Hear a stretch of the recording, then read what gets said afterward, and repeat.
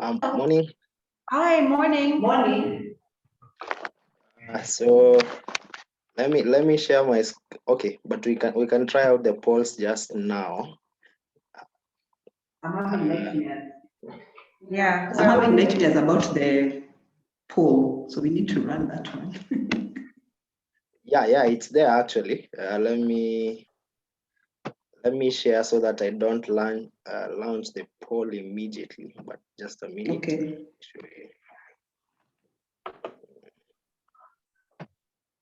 Hi, Liz.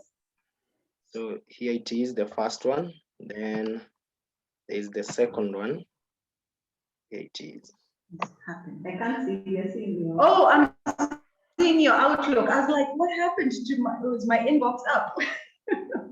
Oh, you can't see the pop-up for polls? No, we see your inbox, your Outlook, your email. Oh, okay. I don't know why. Okay, I don't know.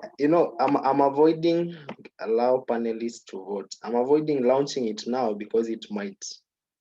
Okay. Yeah, but it's. Liz, you're on mute. Liz. I'm saying it's working. The poll is working. We've used it before. Okay. Yeah. Okay. And for the questions, we're just going to give them a couple of minutes to reflect, and then they're going to put their responses, and then I can move on, right? Okay. That's the flow. I just want to verify. Yeah. Because we're not going to tally. Yeah, okay. So. Boy, my lighting is so bad. But, hopefully you guys can see my face. Anyway. No, we can. Yeah. We need to test this. But you're going to use the results to make your argument. Yes. You're going to use the results to make your argument. Yes, we will. So Liz, we're in the same space. Okay. So I don't know if you can hear the echoing of Christine and my echoing. I can hear you echoing, Susan. I don't know why. A bit. It's not too much, but I can hear it. Okay, hold on. What about now? No, yours, Christine, is very high. Your echoing is very high. My echoing is high. Oh. So it means at any one given point, you have to mute or I mute. Oh, okay, fine, sorted. That's what we needed to test. Are you together in the same room? Yes, we are together in the same room. That's why. Yeah, that's why. You need to move to be in separate rooms.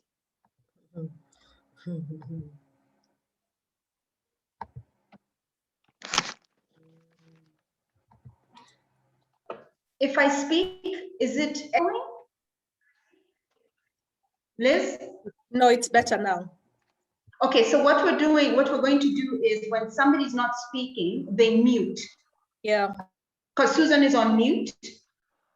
So we cannot have two-sided, yeah. So that's what we're going to do. We're just going to keep it on mute. Okay, good. I think I saw Susan's questions to Polycarp regarding the feedback form. Yeah. Did you include that? We may have missed that to discuss that.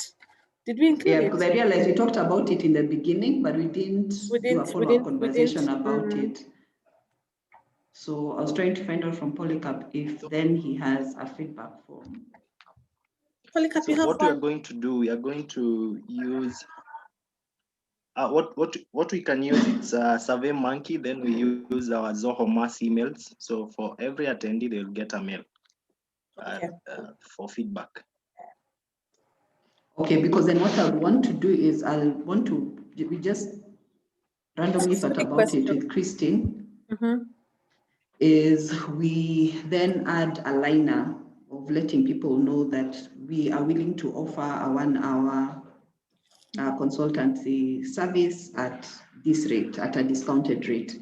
So then people can also get in touch with us if they're interested. Is that okay?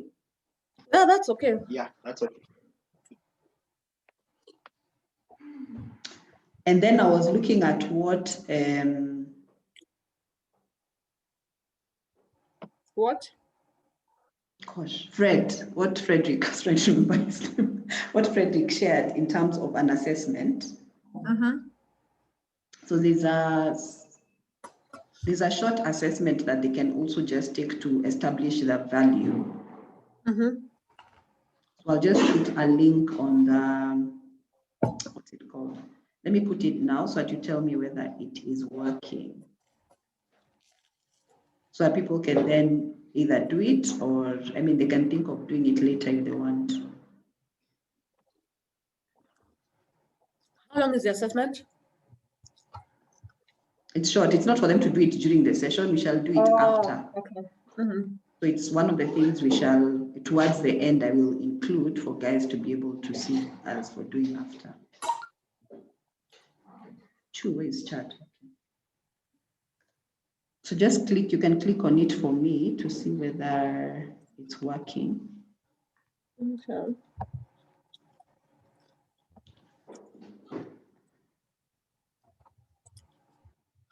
Nice, yeah. It's working. Yeah.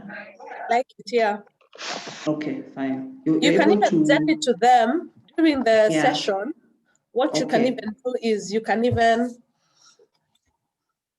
share with them, even Polycarp during the end, that when people are doing question and answer, you can even attach that monkey survey. And usually I like feedback forms to be not more than 5 questions.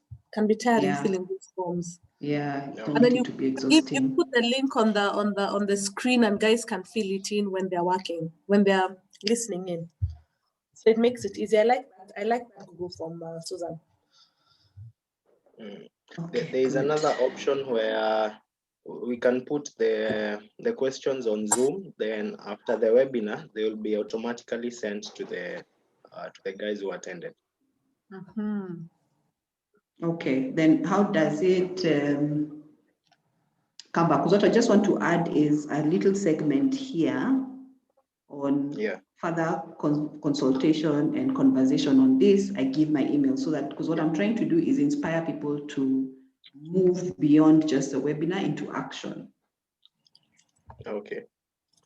And we have attendees have started streaming in, so just put them in the waiting room for 5 minutes. Then let me ask you, are you going to project or I'll project? So we are going to, I'm going to project for the first 4 slides, while Liz finishes up the introduction. Then now I will allow you to project now. Okay, fine. So let me just then have it ready for that slide. Okay. Well, I can't, it seems there's no option to put someone on the waiting room. Once they join, they have joined. So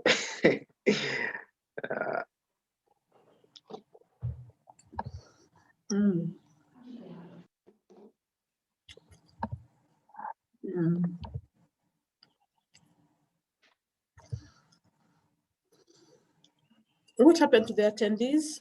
The attendees now they've disappeared. Yeah, I don't know why they have disappeared. It's only one. Hi, Anne.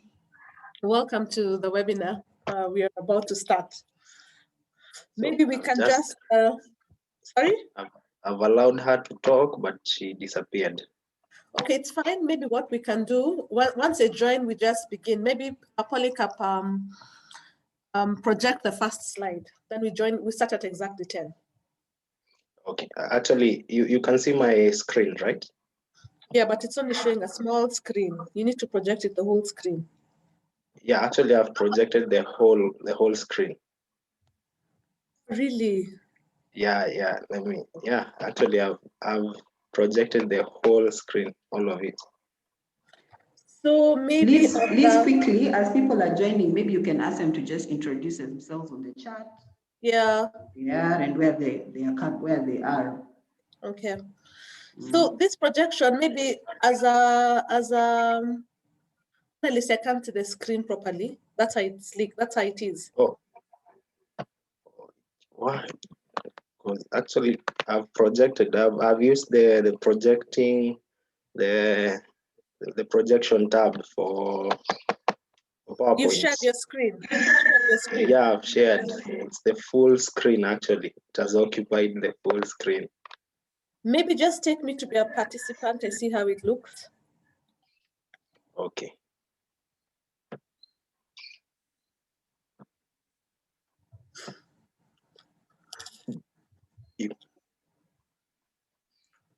Welcome, Merab. We should be starting in the next 8 minutes.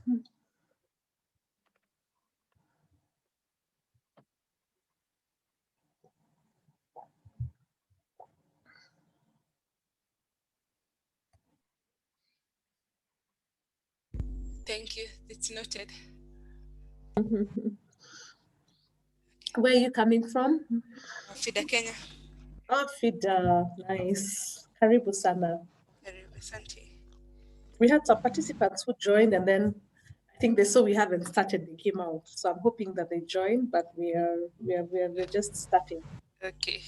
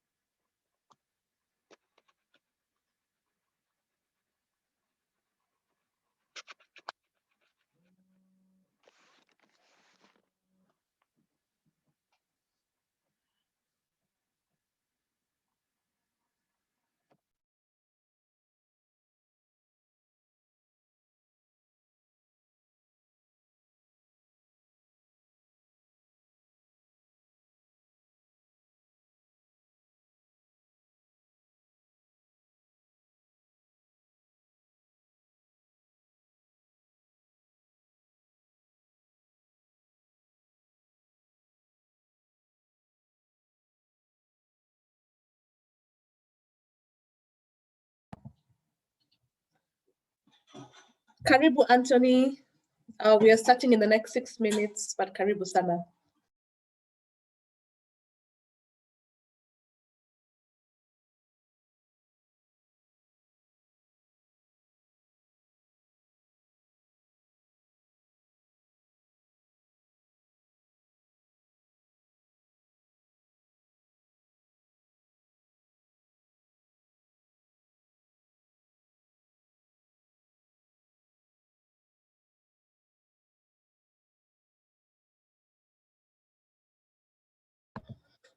Karibu, Ignatius. We're starting very soon, in the next 5 minutes, but karibu sana. Thank you for joining. Karibu, Anne. Thank you for joining.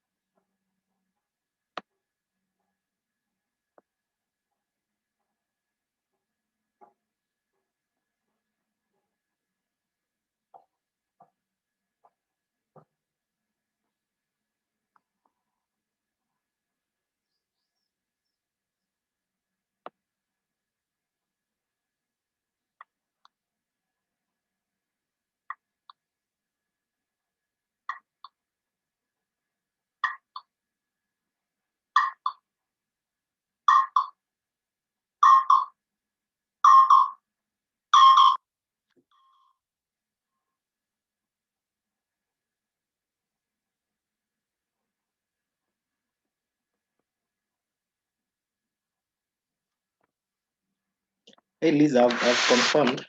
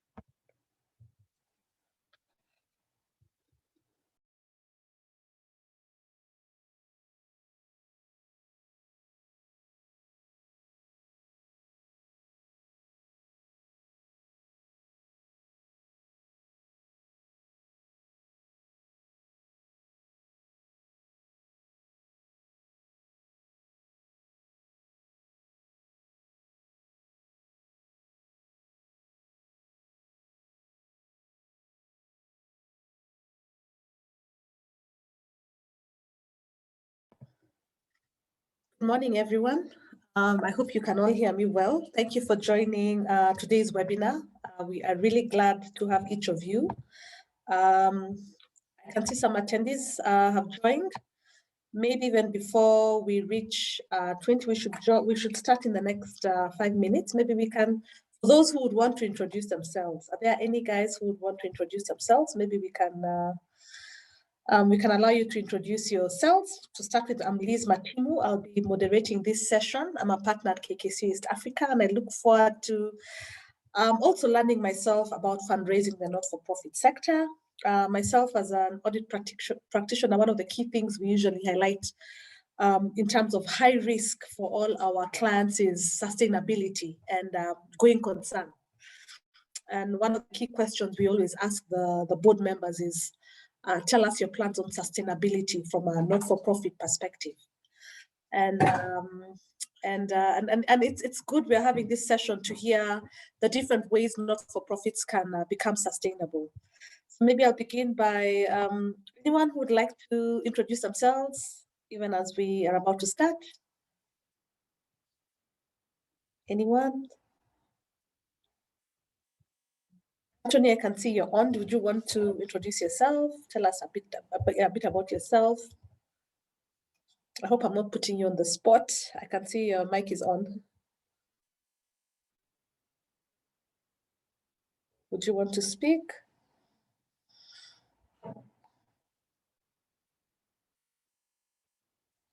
And I can see the others, their mics are off. I don't know if you would want to chat.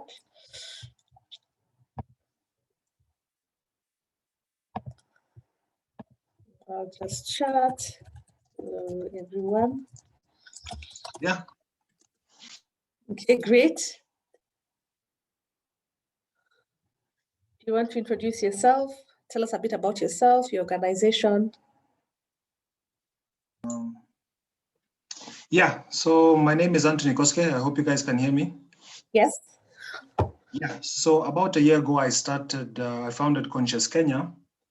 My main goal at the time was to do something about mitigating politically and ethnically motivated violence.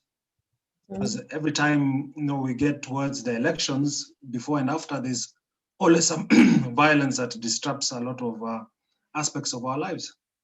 So by founding Conscious Kenya, the main idea behind it was, the whole part of Conscious is just to try and change people's minds to see that there are other alternatives to dealing with issues that are around us other than going towards conflict. So with that, we are in development of our peace program to try and reach out to communities in peri-urban areas where the conflict has been evident and creating most of the issues for the people living there, just to show people that, you can live with others as you have different in views, perspective, political affiliations. It doesn't have to go the way of violence. Okay. So that plus our environmental program, which tries to show people living in areas such as Nakuru, where there is flooding from climate change, how to use nature to adapt and mitigate the effects of climate change. So those are our two main programs as of now. Oh, thank you so much, Anthony. Thank you for, I usually say not-for-profit.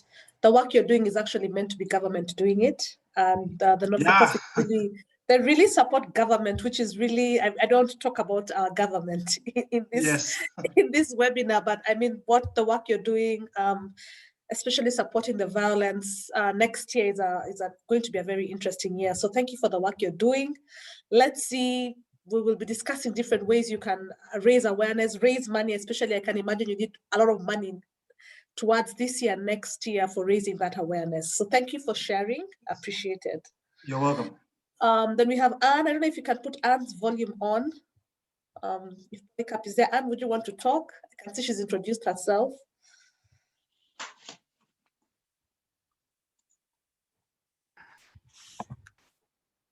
Hi, good morning. My name is Anju. Hi, everyone. Really glad. And we've lost you. Kenya, you've lost me? No, now you're back. Now you're back. Okay. Yes, my name is Anju Guna. I'm very glad to be here. I work with Plan International in the communications department as the corporate communications and media relations manager.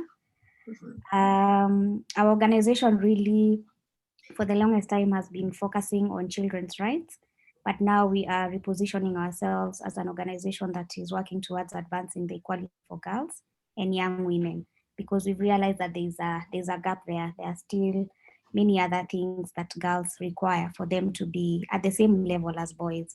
And I know that's a discussion for another day, because men kind of always ask, what about the boy child? But we work with them also in advancing the rights of girls. I'm glad to be here, one, because part of my work for the last 1 year has been around fundraising, even as we continue to raise awareness on the issues that girls are focusing on or girls are facing. And so I'm eager to learn more tips on what to think about when it comes to fundraising as well. So thank you very much. Thanks, Anne, for that introduction. Thanks for telling us what you do, the girl child. I know I'm a girl, so I don't want to talk about it. You had Magoha in the media recently when the results were announced, and Magoha said, number one, and it's a boy. And the women were like, why did he have to say it's a boy? So yes, very many debates regarding the girl child and the boy child. Interesting in media and relationships, I know when I look at especially international organizations, a big part of their fundraising goes to media and communicating the stories. One of the main ways to fundraise is to share your stories, share your experiences, share the real stories from the people receiving your help you're giving. So thanks for sharing. I know this session would add a lot of value to you. Thank you for sharing. Anyone else would want to share? Put on the chat. Anyone else would want to share before we begin? It's 10:06, we'll begin at 10:10. Anyone else would want to introduce themselves and tell us what they're doing, what they feel? I can see Moses from Imani. Moses, do you want to tell us a bit about yourself and what you do? Maybe we can give you volume. Polycarp, if you can give Moses a chance to speak.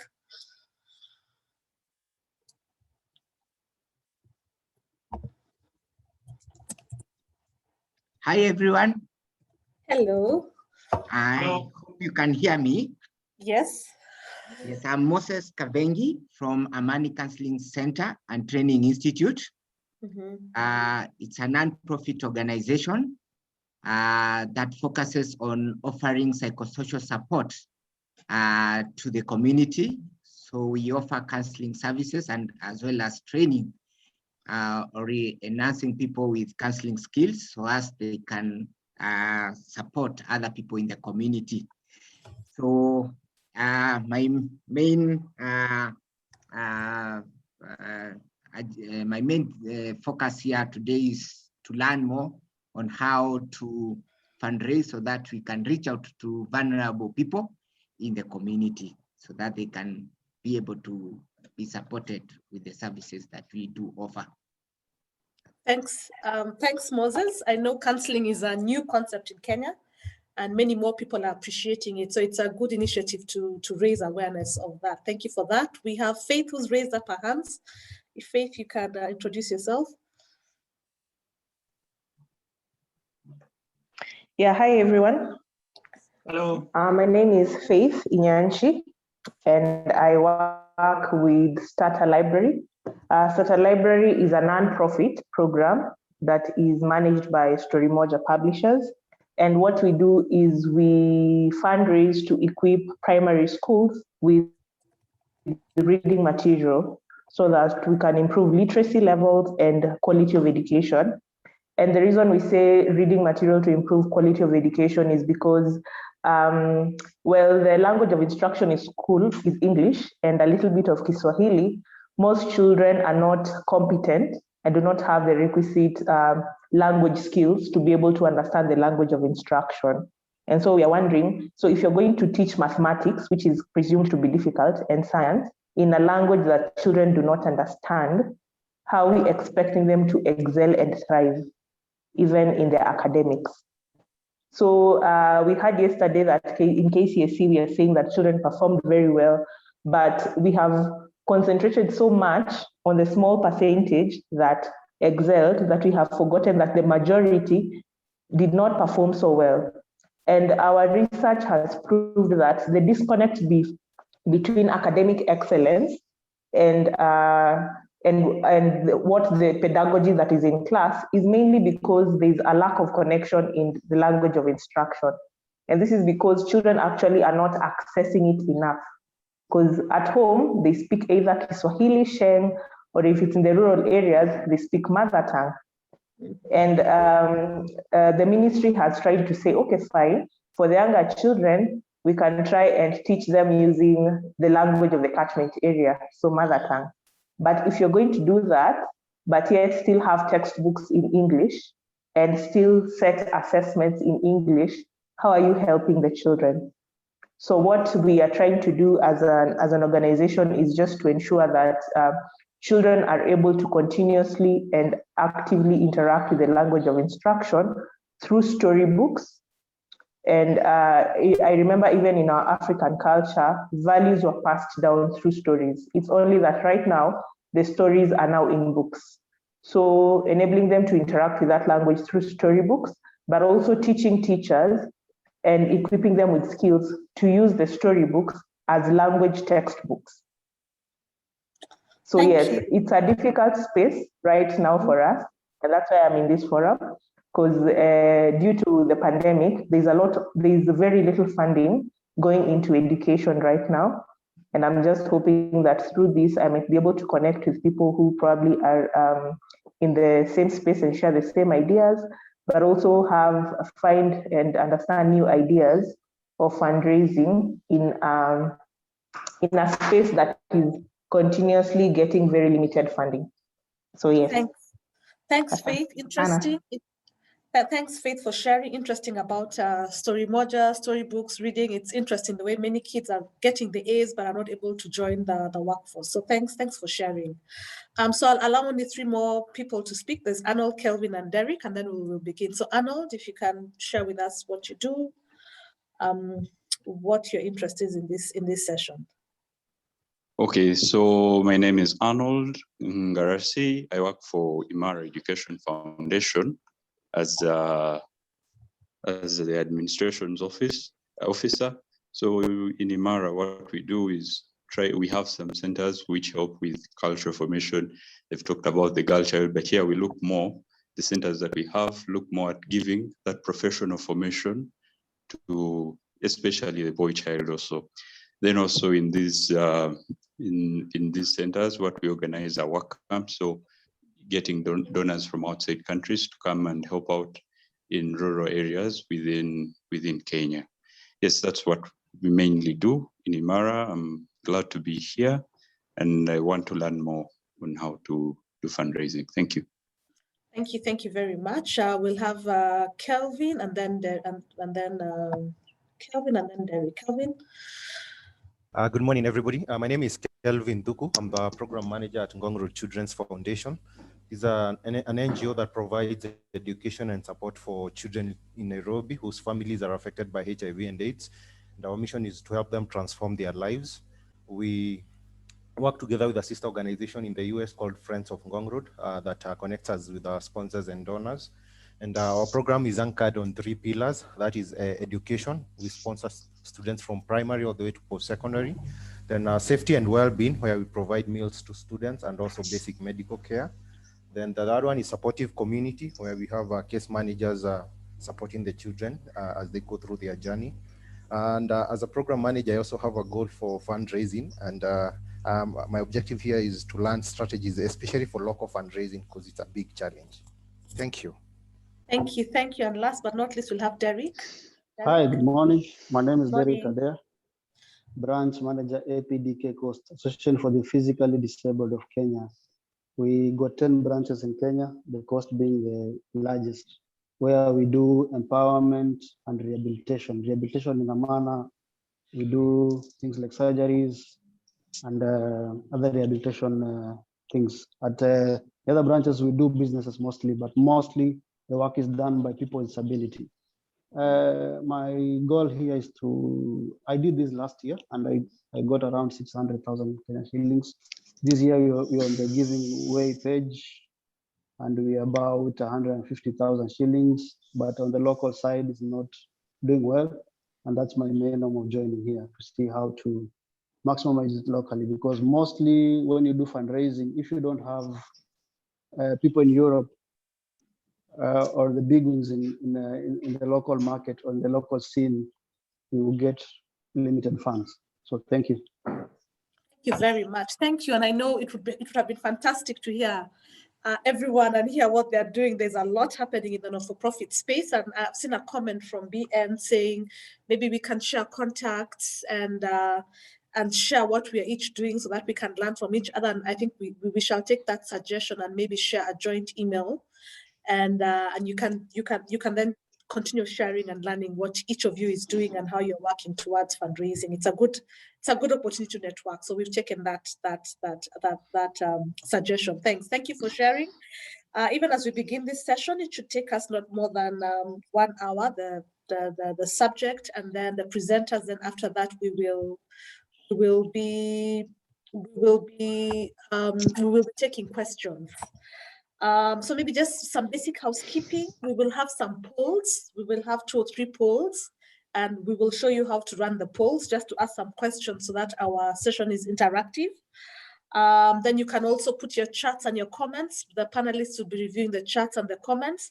We also have a section below the webinar page.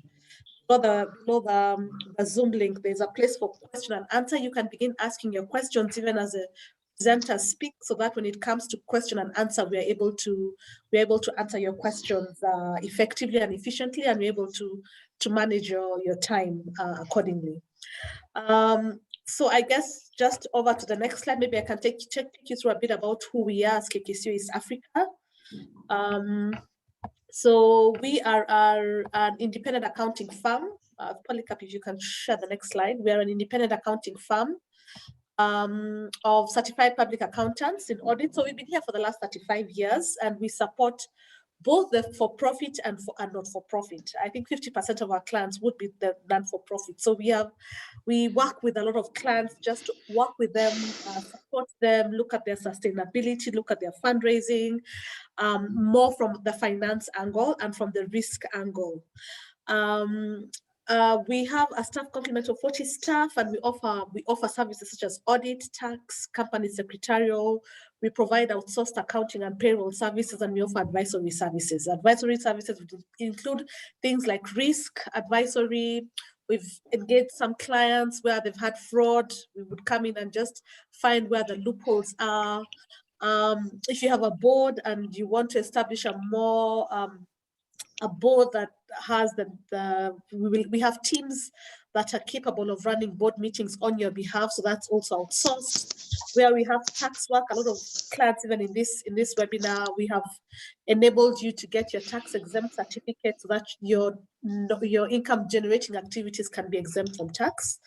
One of our value propositions is understanding and working with you to provide you your unique solution. So one of the key things we differentiate ourselves from other firms is we offer time with you. We have time for you, and we'll work with you. You'll even have enough time with a partner to just understand your needs and make sure that we're offering you our unique needs that will resolve your challenges.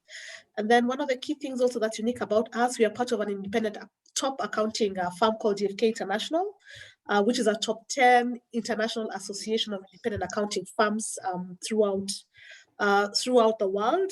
We're in Kenya, Uganda, Tanzania, South Africa. We are in all of North Africa, West Africa, in Europe, Australia, especially in the developed countries. We're in all the countries. We're in over 300 offices in the world. Maybe if you could put, maybe there's some other housekeeping. If you could put your sound on mute. No, thank you, but I am one of the oldest critics and I'll say it as it is.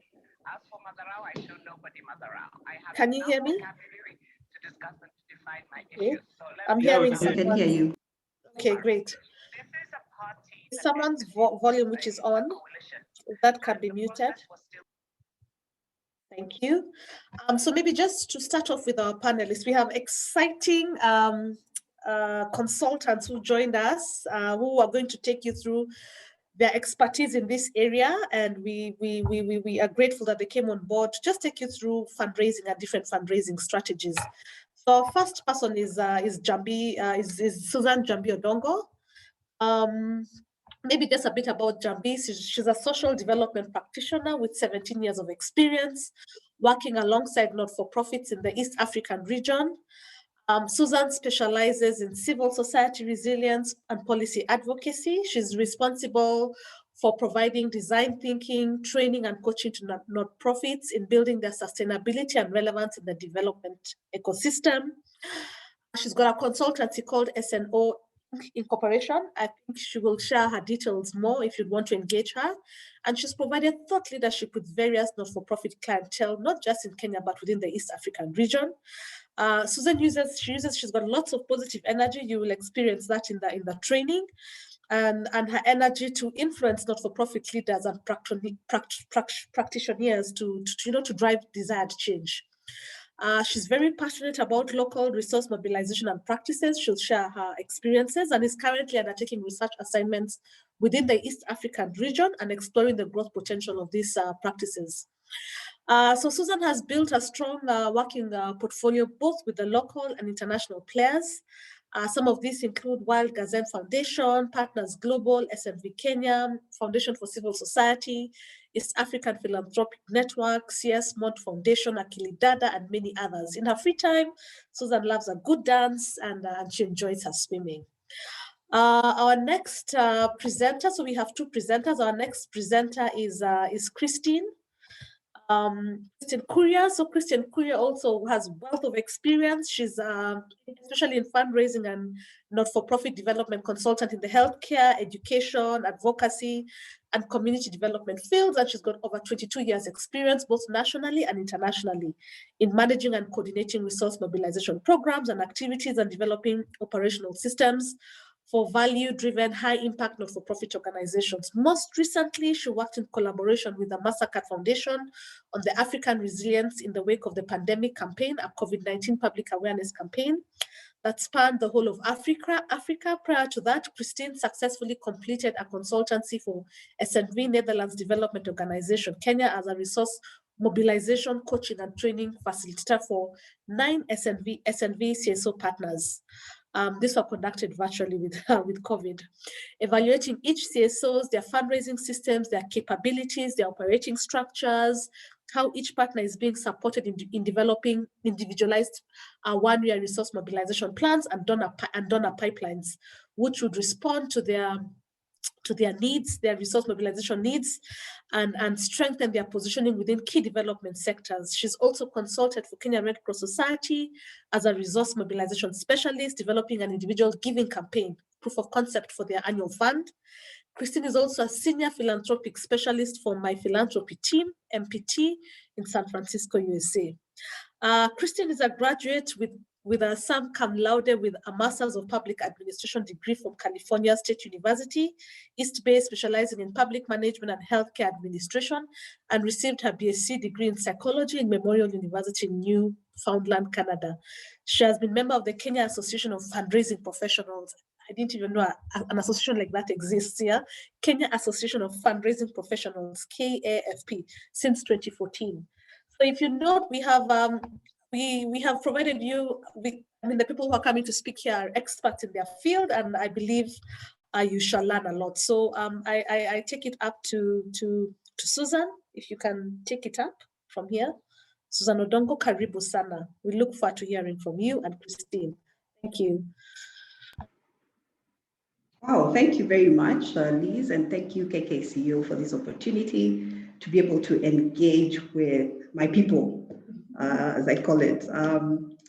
And karibuni sana, we are very excited to have you on board. And our hope is that we may be able to interact and engage. This session is an opportunity for us to reflect, and I'm already hearing some expectations around that level of reflection. But beyond that, it's also an opportunity for us to begin to think, how do we move our fundraising initiatives forward? And so I would like to then start this session with a poll.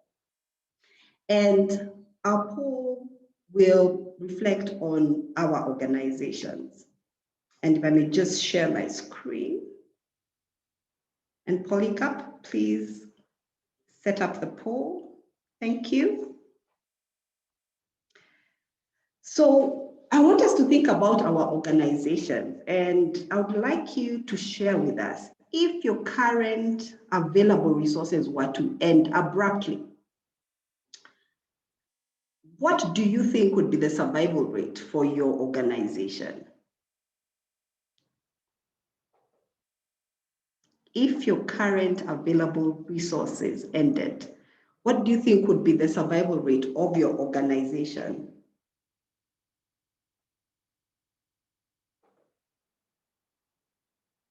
And I'll just give us a minute to do that.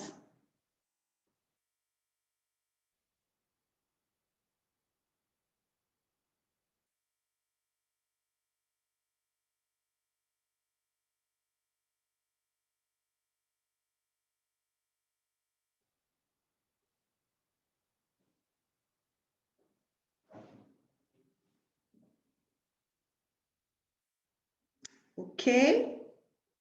Polycarp, if you're able to just share the results.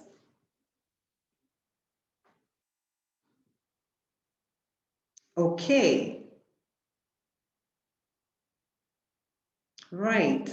I'm taking and giving us time to have a look at those results. And from the results, we can see that majority of us feel we are in the bracket of 6 months to 1 year. So if resources ended today, we would have 6 months to 1 year before we may have to consider closing down our institutions. That's 43%. And then we have 34% who are less than 6 months. And then we have 1 to 2 years who are 16%, and a minority who feel that they would survive to about 2 and above 4 years. And as we share these results and look at this, I think one of the realities that are now coming to us is fundraising and looking at the survival of our organizations is becoming a very critical aspect to the changing dynamics in the development space. And therefore, this conversation of fundraising is increasingly becoming a priority for us to be able to engage in.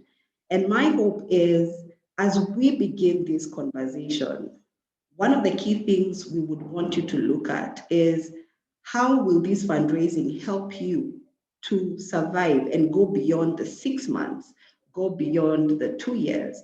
Our desire is we would like you to exist much longer. And our hope is that then we will give you that opportunity to see this. And how we're going to go through this webinar is we shall have a session of reflection and looking back. And then we shall want to move from looking back into insights of helping us to move forward. But beyond that, we want to end the session with some actions that then will help us to begin to think and see how best to move forward. So we begin this conversation with looking at the bigger picture, because we need to understand where fundraising lies in the bigger picture. And that's what I would like us to look at. Thank you, Susan, and thank you, Liz, for that wonderful introduction. Good morning, everyone. As Susan mentioned, we need to start looking at the bigger picture. And to start with, we need to recognize that raising resources is part of a bigger aspect, and that fundraising does not occur in a vacuum. When we talk about fundraising, we're talking and looking at how you raise money or resources to respond to a specific need. It is an action of resource mobilization. Whereas resource mobilization is more of a systemic and planned process of organized supplies. Now, organized supplies, we're looking at people, money, goods and services. And it is aimed at facilitating an organization to attain its goals. The process of acquiring resources, which can be both tangible and intangible resources, for the furtherance of the organization's goals, so that the organization can continue to exist and function effectively. When we talk about sustainability, we're talking about ensuring the full well-being of the organization now and into its future. You're able to meet your present needs without compromising the ability to meet your future needs. This therefore means that when refocusing or when focusing on fundraising, it's important to not only act based on the current needs, but also take into consideration the long-term or future needs of your organization. Fundraising, while it is an action of doing now, demands that we think of it with a long-term view of the value addition to your organization. So in this webinar, we will seek to share with you some insights on values-based fundraising, what it looks like, what it entails, and hopefully inspire you to explore opportunities to diversify your fundraising strategies and your fundraising plans. For starters, we want to reflect on our current fundraising practices and look at what we call myths and beliefs that have influence on how we have engaged in fundraising. We say myth because this is what most of us in the fundraising arena or fundraising world tend to think of fundraising as exclusively. One of them is our belief that fundraising is all about proposal writing, and in most cases, blind proposal writing. Polycarp, can you please put that up for us? Blind proposal writing. We believe that the best way to fundraise is by waiting for a call for proposals and waiting for the request for the proposals to come through. And so our research as organizations are pretty much based on looking for a call for proposals. Another so-called myth or a way we look at fundraising currently is that there is no value in non-tangible or the non-tangible elements of fundraising, what we call social capital. If you have been fundraising for some time now, you know that the focus is on finding the money. And we ensure that our investment of time is more towards finding the financial resources, hardly thinking about the aspects of network or growing your partnerships. And this is an important element of values-based fundraising. Something else we tend to look at fundraising as is that fundraising is a one-off engagement. When the time for fundraising comes, we go out and we fundraise.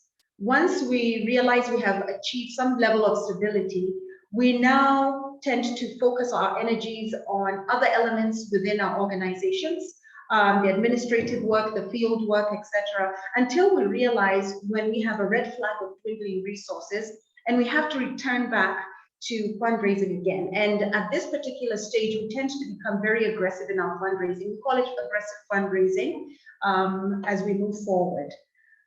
Something else we tend to do, whether it's advertently or inadvertently, is that fundraising tends to be at that point of desperation, almost begging for resources. Some of us dread this big term because it means you have to go out and plead your case for support. And sometimes you want to literally hold a strike outside your potential funder's space so they can and have to hear you out because you're at that point where you need to replenish your coffers. Another belief that we have is that Funder X is here to support us in the long haul. Some of us are very fortunate to have that one funder who has been with us and continues to be with us in and out of our survival journey. And we feel lucky and are fully reliant on this particular partner because they've been with us for a long time. So we are under the assumption that they're here to stay. That is something we need to really look at and examine down the line, especially for the much smaller organizations who tend to have funders who have been with them for a long time, and they tend to rely on this one or two particular funders for their resources.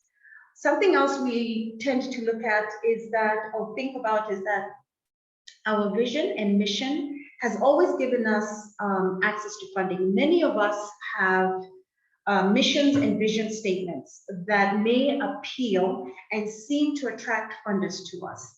But the question becomes, is this enough anymore in this continually dynamic, changing fundraising space that we're in? That is something we really need to examine. Fundraising is for the organization leader to undertake. Most of our fundraising initiatives are run by the leader of the organization, and our focus on fundraising is looking up to the leader to ensure that the needed resources get into the organization.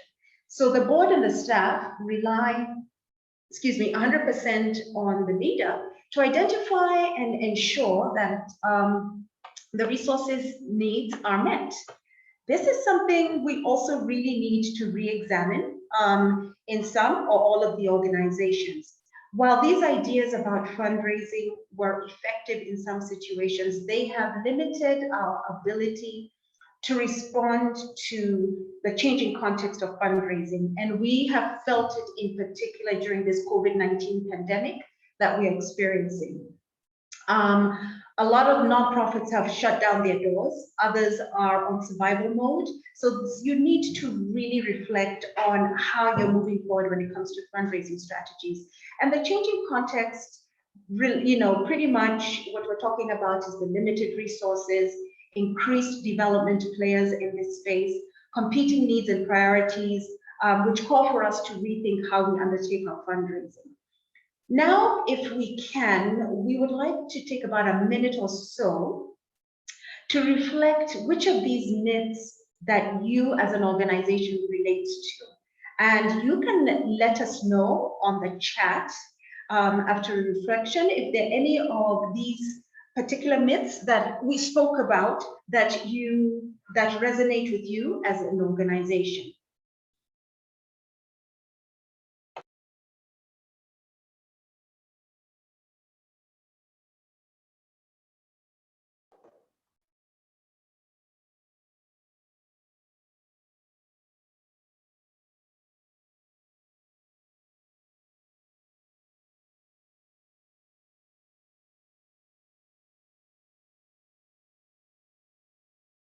On the chat.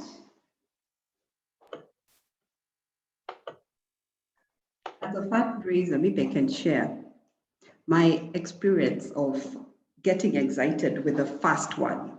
I loved proposal writing, and I used to get very disappointed when proposals don't go through, because for me, I believed I have written the best piece ever done, and therefore I ought to get it because my writing is perfect and well done. Thank you, Frederick, for sharing. Begging for resources, the first myth. Anthony, me and you both. Wow, this is great to hear. And I'll encourage us to continue just sharing some of the beliefs that have guided us in our fundraising, even as we continue with this conversation. And as we look at some of these myths, I also want to look at the larger context in terms of the nonprofit space in which we continue to raise resources, and what has also contributed to firming up some of these myths, right?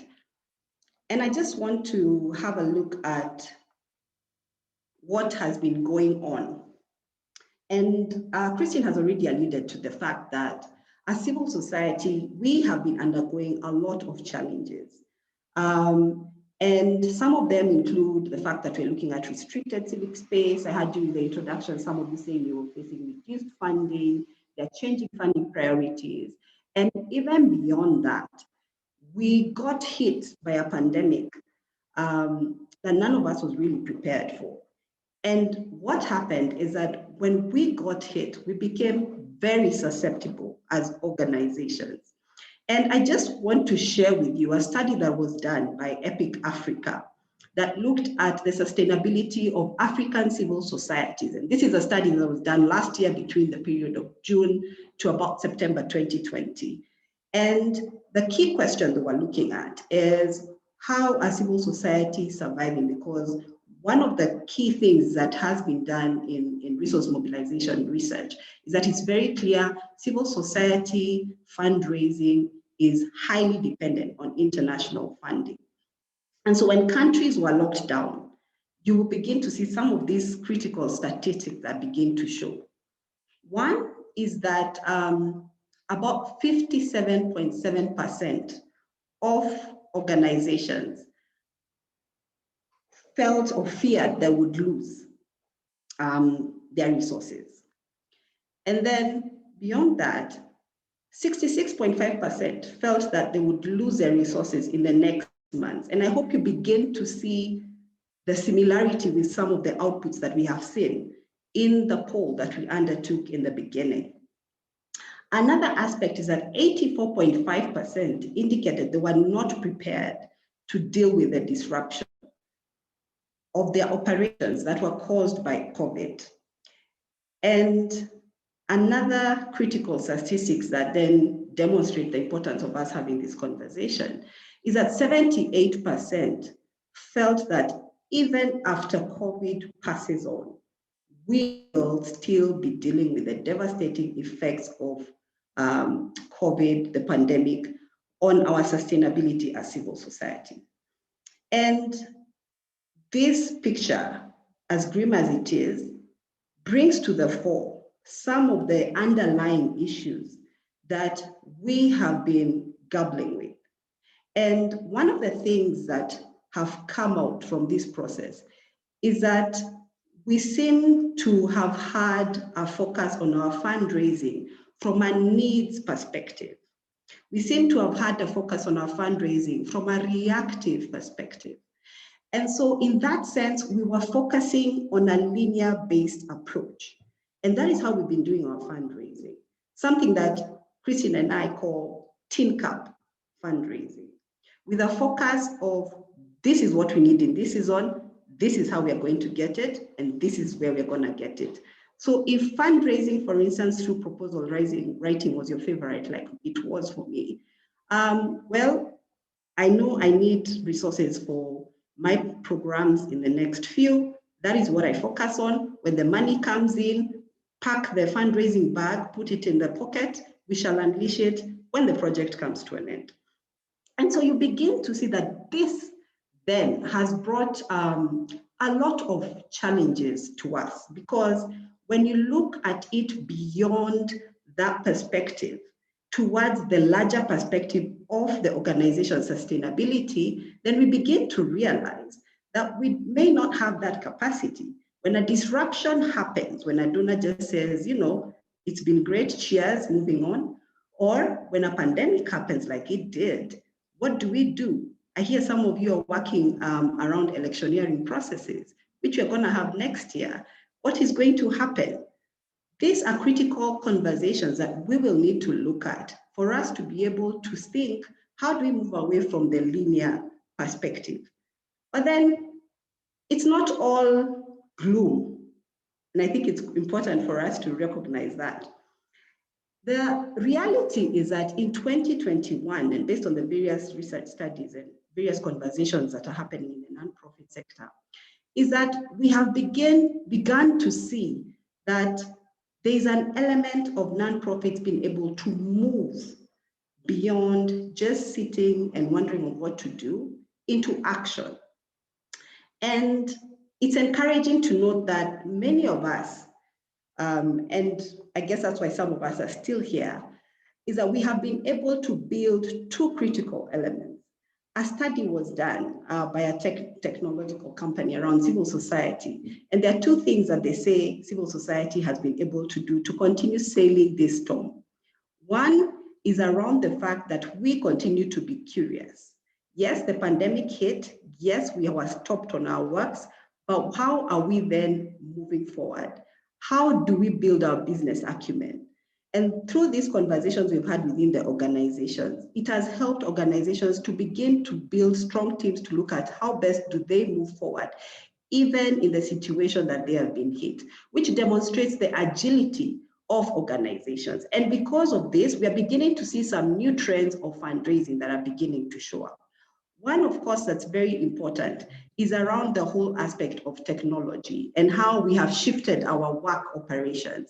And we're now looking at how do we strengthen our infrastructure to work online, and specifically on fundraising. We're beginning to see organizations putting together fundraising databases that enables them to be able to identify partners that they can work with and are having a system of continuous communication and engagement with some of these partners. Another trend we are beginning to see is the increased adaptation of fundraising platforms. And this is primarily looking at how do we crowd fund?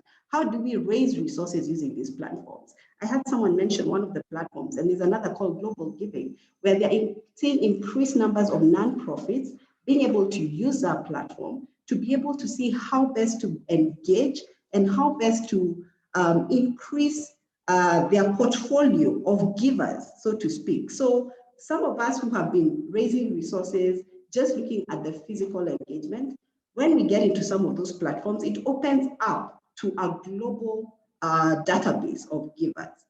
Another thing we have seen is a lot of social media engagements and the use of webinars like this to be able to interact and identify new partners to be able to engage.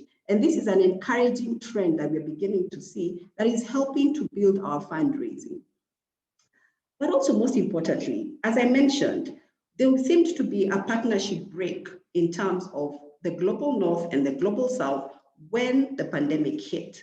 And some of the things that happened is we began to see local organizations begin to look inward, begin to see how to engage with the very local community they're supporting. And it was interesting and amazing to see local communities providing resources towards supporting initiatives of the nonprofits and be able to, one, not only give in terms of money, but also in terms of material, in terms of spaces, so that then the work continues to happen.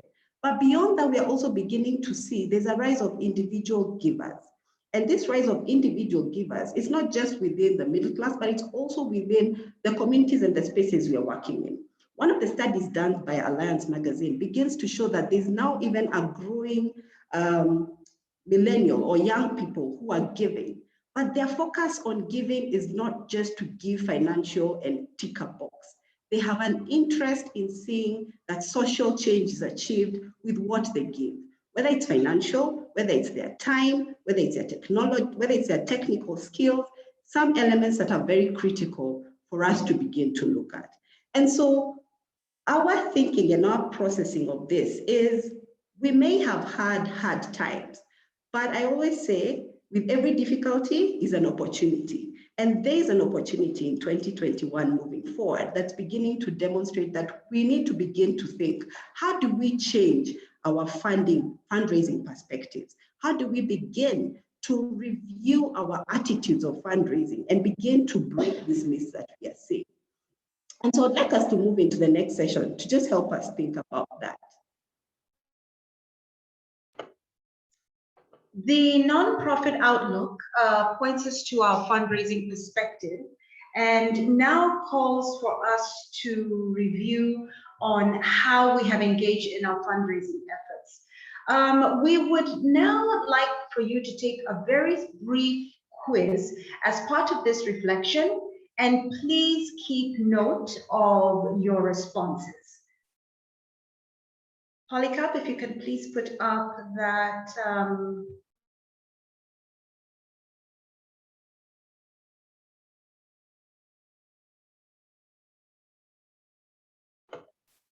thank you.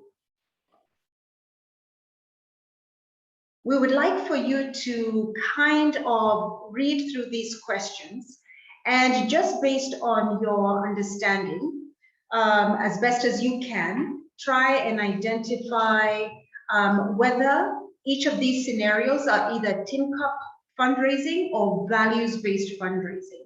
And they are just 4 questions. So I'll just give you a minute or 2.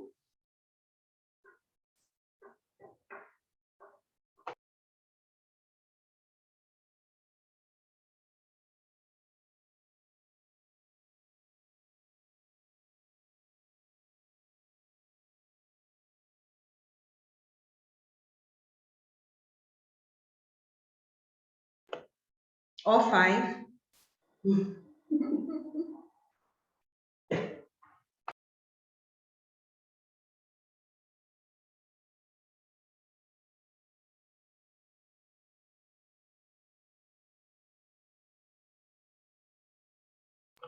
Just go through the scenarios and just use your best judgment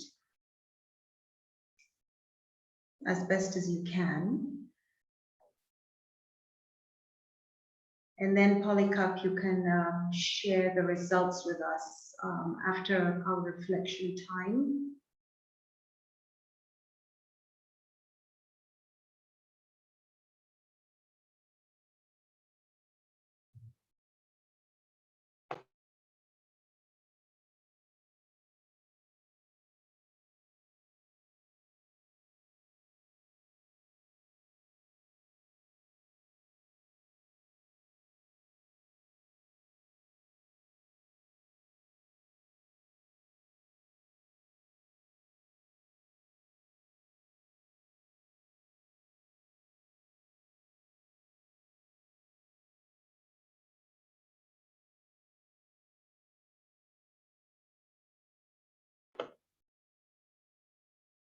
I'm very curious to know how everybody is doing.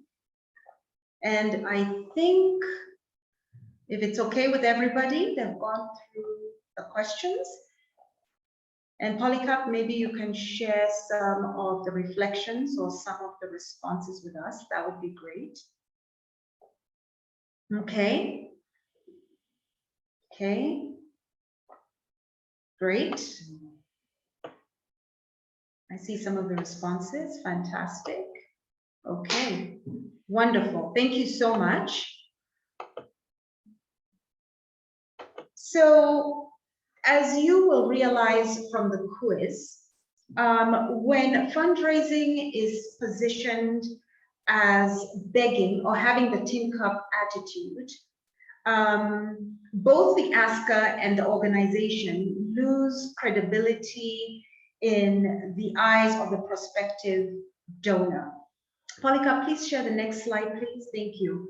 And desperation becomes the focus of the transaction, meaning that the excitement of investing in your organization, whose services are fundamental to the quality of the community, is lost. If you embrace a values-based fundraising approach, you assume a position or a posture of pride regarding your organization and the work you do as a worthy investment. So you position your organization as an investment that reflects both donor and community values. So you're coming from a position of strength, which is really key and important when it comes to you becoming more effective fundraisers. With that being said, we will now examine 4 key elements of values-based fundraising so that we can delve a little bit deeper on some of the elements which we believe are critical for you to be able to move forward in a more strategic manner and become more effective when it comes to your fundraising plans as well as your fundraising strategies. So based on your results, it's very interesting to see that you are already in the process of moving and thinking through how best to move towards. And I think we want to now move the conversation from our reflection of the past into insights into the future. So this whole conversation of value-based fundraising, what are some of those key elements you may need to consider to enable you to move towards this aspect of values-based fundraising? And we want to have this conversation from 4 key perspectives. And the weight of these 4 goes in the order that we shall present them. One is around positioning. a critical question of who you are as an organization and how you present yourself as an organization. The second is around principles. What guides you as you're undertaking your fundraising? But beyond those two big P's, we need to look at what skills are you investing, what skills are you putting in place to help you to undertake your fundraising. But then as you do that, of course, it is important to have the tools that will help you to be able to move towards the fundraising perspective. So we start this conversation from the positioning perspective. When we talk about positioning, we are looking at two types of positionings. We're looking at external positioning as well as internal positioning. When you look at external positioning, you're looking at several key areas. What is your value proposition? Is your why, in quotation marks, packaged and attractive enough to partners? What attracts donors to your organization? What attracts donors to your organization versus another organization that does exactly what it is that you do? You also have to examine and realize that people give to people they know and are aware that they exist. Let me repeat that. People give to people they know and are aware they exist. Build your profile, market your organization. You have to be seen within the space that you're fundraising. You have to be seen within the community, broad-based or even local community. So it's an extremely important element of values-based fundraising. Be proactive and seek out partners. Seek out partners who have the resources that you need. This means you have to undergo as an organization your research. You have to try and identify those shared values with potential funders, and you have to activate them. You need to be able to cultivate them. You need to be able to engage them at different levels. And this particular element debunks the myth that we just saw a little bit earlier, that fundraising is a one-off engagement. It is not a one-off engagement. You have to be constantly doing what you need to do and be proactive when you're looking for your resources, meaning you have to be constantly engaging and cultivating your donors and being proactive and being able to be seen in the space that you're fundraising in and within your community. Networking. Now, when we talk about networking, we're talking about something called friend raising. I'm not sure if you've heard of the term friend raising, but friend raising is fundraising. The more you network, the more you get to know where your resources are. The more you get to build your safety net, your networking arena when it comes to you as an organization. You're building your social capital. And this debunks the myth that there's no value in the non-tangible elements of fundraising. That, not your social capital or the non-tangible elements of fundraising, those are the things that make you the most effective when it comes to fundraising and the most successful. Your social capital is crucial in resource mobilization.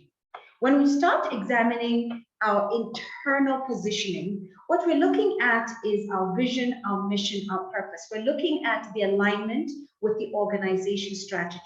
Your fundraising strategy, as much as it lives within your strategic plan, the two need to be independent of each other on paper, even though they are interdependent when it comes to how you go about conducting the business of your organization. So you constantly have to be looking, realigning, and examining your vision, your mission, and your purpose. Leadership and staff buy-in is really critical. You have to have a mindset change when it comes to fundraising, in realizing that leadership and staff buy-in, when it comes to your board members, when it comes to some of your networks, high net worth individuals within your networks, your staff, all of them have to, they all have to be of the same mind, and you guys all have to all be on the same page when it comes to fundraising. And it's part of the team building. And this debunks the myth of fundraising is for the organizational leader. No, it's not. It's for everybody within the organization. Your program person is in the field. he or she knows and understands what's going on in the ground. So you might want her or him or her to be in a very crucial meeting because she can best articulate what's going on the ground. If you're constantly in the office and you really do not have that knowledge, who is the best person to relay the message? It's your program staff. So everybody needs to be involved and everybody needs to understand the role that they play when it comes to fundraising. Your willingness to review your systems and your structures to be able to align with fundraising thinking is really important. You need to constantly be looking at revising and readjusting your systems as well as your fundraising structures, because as you realize, fundraising is not static. It is a constantly changing dynamic element, and you need to be constantly moving with it based on what's going on externally.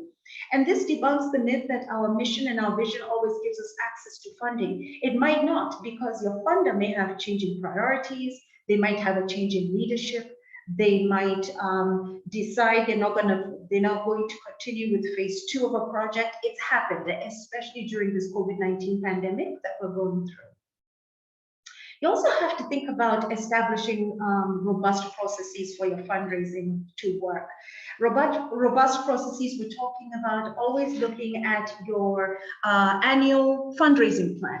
The best fundraising plans are those which are done on a year-to-year basis. You start off with a year 1 fundraising plan, and based on the successes or based on the failures or based on the results that you get in year 1, then you have to figure out how to readjust and revise your year 2 goals and targets. And so this means that you have to constantly be looking at and re-examining and re-establishing your processes internally. There is no one-size-fits-all fundraising strategy. You all bring different things to the table because you're all designed differently. You have different purposes within the community. You work within different spaces within the community. So proposal writing is proposal writing, but it is not the end all be all. You need to understand your legal status and your fundraising muscle, your capabilities, as well as your capacities within your organization so as to best diversify your resource base. And in order to be effective in your fundraising efforts, your organization needs to always be engaging donors, cultivating them, and focusing on increasing your organization's visibility within the community.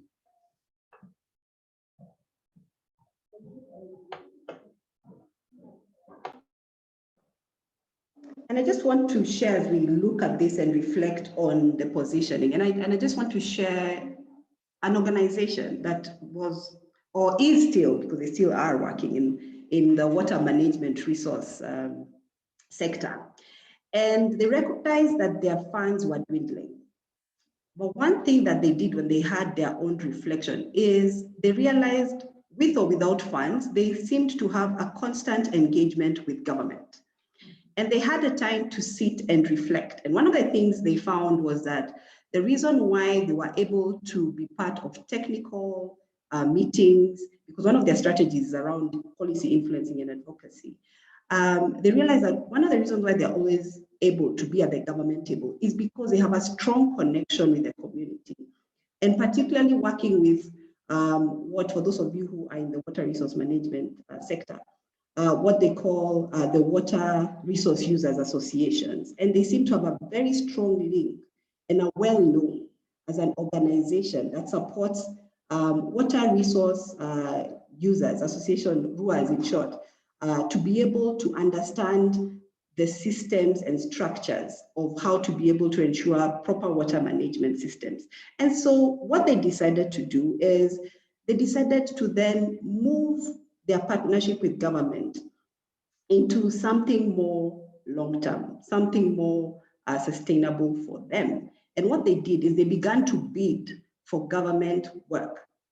And they have been able to continuously do this and have been able to successfully get bids from the Ministry of Water because of the fact that they have a strength of working with the communities. And so they have been given consultancies to support RUAs in understanding water resource management processes, the legal systems, and helping them establish structure, so capacity building them. But alongside that, they have integrated their advocacy component and also brought in the element of helping the water resource users to understand how to hold the government accountable to provide the duties that they're meant to provide. And I'm giving this example to demonstrate that if you take time to understand your value, then you begin to see the opportunities that exist for you to move beyond the dependency of having just one way of fundraising. And for them, what they have seen is that it has helped them to cushion their work, even in seasons when they do not have huge amounts of grants to support their work. And as we continue, please share your reflections on some of the things you're beginning to see or some of the insights you're beginning to realize. And alongside that, we really would love to hear your Q&A. So please go on and put your questions on the chat. I want to then move from the positioning to the principles. And the principles are basically elements, as I had shared, that guide you. And one of the principles we want you to begin to think about is what we call the 6 rights. Beginning to understand who's the right person within the organization who should go out and pitch for the work or the partnership you're seeking. The right prospect. Who should you engage? Who is the best partner to come on board? Who is the best giver to come on board? Now, when I say best, I don't mean popular. Because one of the things we love to do, and if you notice in the quiz of Tincup, is that because organization X has gone to that funder, I too will go to that funder because we work in the same area. No. The question you need to ask yourself is, who fits well with us? What are their values? What are our values? And where do we have a common point of engagement? It's about the right amount. Looking at, if you're going to engage an individual donor, then you need to think, how much would an individual donor want to give? So you cannot use the same amount for an individual donor that you would use to an international funder or to a corporate or to a foundation or to a community. You need to really think through about what is the right amount to ask based on the different givers you're targeting. The right project. So yes, you're working in climate change, but here you are, you see an opportunity in the health sector and you squeeze yourself to make sure it has to make sense, yet it is not the right match. And I say that because I know now resources are coming to the climate change sector, now resources are coming to the health sector, and some of us are really struggling to fit into that little box of ensuring that we get those resources that we have seen. But the truth is, there are actually resources out there based on your areas. Because remember, when you started your organization, when you started your institution, you did not start it for the money. You started it for a purpose. And therefore, there are right people to be able to help you meet your purpose. And that's what you need to be able to do. Beyond that, you also need to think about the right timing. We've just come from a pandemic, and one of the things that has come out is, unfortunately, in the season of 2020, those of us who had large amounts of projects and huge grants, it was not going to be feasible to actually do that. Why? Because it was a season of people of economic downtime. It has been a season of people trying to see how best they can be able to survive in this situation. And so even when you go out to seek funds, be conscious of the timing. Is it a time to ask for huge, or is it a time to look at how do you ask for resources in a way that you're able to still mitigate, conscious of your giver situation? It's also about the right way. We will keep emphasizing this. One size does not fit all. You as an organization, if you decide you're going to raise money through individual giving, what is the right way of engaging them? Are you going to approach them like an ATM? Or are you going to approach them recognizing that they're an individual who's compassionate? Where is your meeting point, right? And this is very critical to think about, because when you begin to think about these 6 rights, then it helps you to move towards this fundraising perspective. But beyond that, we also want to highlight that there are other elements that come into play. And we want to talk about the 20% the Parental Principle, for those of you who did economics and statistics. There's an 80-20. And the whole idea is we have for a long time been known to go out. And my one proposal, I send it to 50 people, you know, bahati nasibu, mwenye atashikilia, bring it back in. For the sake of international partners who might be on the call, you send it out to everyone. Whoever feels touched will respond. We want to move away from that approach. And we want to say, why don't you actually focus your effort? Put in a lot more effort in trying to identify the partner who you want to engage in. Maybe 2 or 3 or 5 partners. It's based on your capacity. And then drive your initiative towards getting these partners on board. You will be able to see a better result. A better result meaning what? A long-term relationship, a building of trust, an ability for them to be able to even open more doors for you. So it's very important for you to think about that. We need to think about our ethical standards. When you're going out to fundraise, what are your standards, right? I was talking to someone and they made me laugh on how they were doing a fundraising event and they decided to engage with a corporate and they said, oh, our budget is 4 million. I mean, the corporate was like, fine, 4 million, we can be able to support you on that because anyway, it's a budget for one department in 2 weeks, so marketing department can give you the 4 million. But the condition is we shall paint your event our colors, we shall take over everything, and we shall basically be at the forefront, right? Now, the question to you is that how you want to run your partnership? Where a partner overrides you, right? When you're engaging with these partnerships, do you say, okay, I am a faith-based organization. What are our beliefs? Am I willing to take money from a betting company, for instance? Am I willing to take money from a breweries, for instance, or a wines and spirits, right? Some of these elements are critical for you to think about because it's not just about the money, it's about the value that you're bringing. Fundraising is a way of you demonstrating who you are, what you are, and the impact you want to give. It is not separate from the institution, and therefore you need to really think about some of those elements. Another aspect we need to think about is accountability. And on accountability, we are very good at what we consider calling upward accountability to the funder who gives us big money, to the funder who is always at our doorstep with a lens of what are you doing, how are you doing? You're very good at engaging that. But what about the funder who has felt touched by what you're doing and will not necessarily want to be in your space, but would be interested to know, how do you account to them? What about the funder who just gives you $300, $30? Are you really being accountable to them? We need to ensure that we come up with a system of accountability that then is able to respond to the breadth of the different givers we are seeking. But beyond that, we also need to have a form of accountability that demonstrates our impact and also demonstrates that we are appreciating even those that we serve, the communities that we serve. Why? Because this begins to demonstrate our value as organizations. And lastly, and most importantly, saying thank you.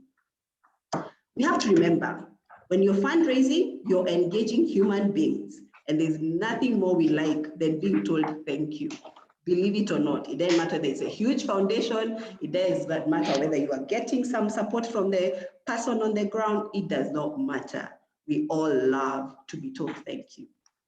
And therefore, it is very important for you to ensure that you are appreciating the different givers who come on board. Why? When you establish your principles, it begins to help you to move towards successful fundraising. I want to move over to the skills. And I think we've really raised this aspect that fundraising, and I think by now it's very clear, it's a process. And I think Christine raised the fact that we go through a process of beginning from intellectual engagement, looking out for and intelligence, seeking, researching, looking for who the partner should be, who's the best fit for us, who should we engage with, who should we consider for what resource, Who should we look for to help us with finances? Who should we look for to help us with technical support? Who should we look for who can give us even equipment or materials that we might need? And it's very important for us to look at this aspect of fundraising as a process. And it doesn't end when the resources arrive, because when the resources arrive, we've talked about accountability. How are we managing these resources? How are we continually letting the givers who are supporting our work know that this is what is going on?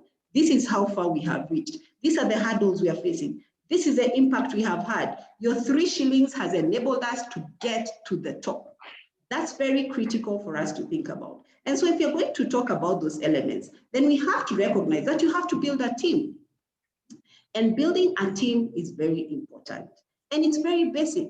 It means getting the administrative officer to help in getting you a database of potential suppliers, because we all do get supplies, don't we? So are these potential givers to our organization, and the program person does not engage with them, but the admin person does. Can they help us to come up with a list, right? Very important for us to think about. It means engaging the board member who has such technical knowledge. We need to bring them on board. We need to be able to use that to help us to be able to see how best do we engage our board members and be part of the team that can go out and maybe present a case. And I'm just going to quickly highlight some of the skills. And I must say this list is not comprehensive. And it will require you as organizations to sit down and think about what are those skills we need to have.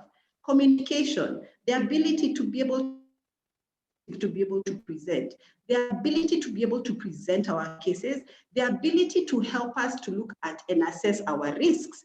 Because some of you want to do asset building, for instance, as an alternative to fundraising. That's a high risk. Do you have that ability? Some of us want to seek out an investor because we're a social enterprise, to see how best you get into those spaces of diversifying your funds, but also doing it with the skill and capability required, strategizing, organizing, monitoring. And as I said, this list is not comprehensive. And some of the things Christine and I do is to sit with organizations to be able to help you to see what are some of those skills you would require to help you to achieve your desired fundraising goals. And this is important because then it will help you to see how best to ensure that if you have capacity gaps, how do you begin to fill them? If you have those strengths within the organization, how do you begin to exploit that so that your fundraising becomes robust? And with that, I just want us then to move into the skills, to the tools perspective.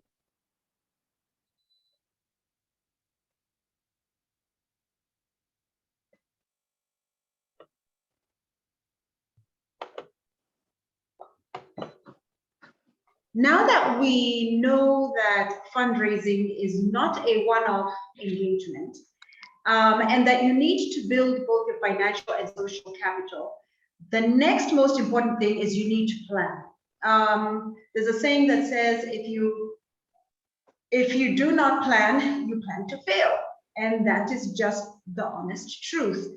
You need to review your existing fundraising strategies and re-examine, re-look at the goals and the expected results. And this is usually within your resource mobilization plan. When you're looking at your fundraising strategies, your goals, hopefully realistic expected results, not thinking you're going to raise 50 million shillings within a year and you do not have the infrastructure to support those type of goals. That is something really critical when it comes to values-based fundraising. And then you need to ask yourself, are you visible not to just one donor, but to the community you serve? Are you visible to other prospective actors? In other words, what marketing and communications tools are you using as an organization, you're currently using or utilizing as an organization? For example, are you using your website? To what level are you engaged on social media, which is now the go-to for any person around the world? It's not just a local thing. You can be, if somebody wants to find out more about you, the first place they go to is the website. Second place they go to is see your activity on social media. And when at this, what you're pretty much looking at is the way you're communicating or your communication strategies as an organization, because you need to be constantly be seen. You know what, your website should always be updated with your most recent activities, your successes, what you're doing right, any support you're getting from the outside, your community endeavors, your donor, you're not just your donor, but also your community engagement. Your website is an extremely important communications tool. Everybody's on social media. What are you doing on social media, on Twitter, on Instagram? Are you constantly, for lack of a better word, bragging about the work that you're doing, your successes, how you're engaging and how you are affecting the lives of your beneficiaries? Are you looking for opportunities on local radio and TV programs? Willing to be able to as a nonprofit organization because value to the community. All these are critical tools that go toward as also to regain and increase visibility in the community and worldwide, because you don't know.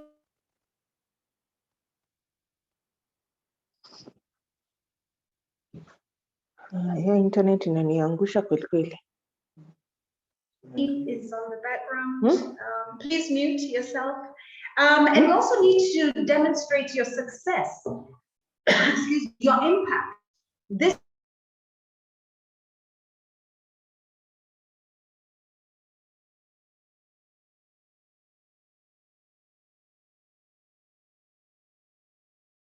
can you?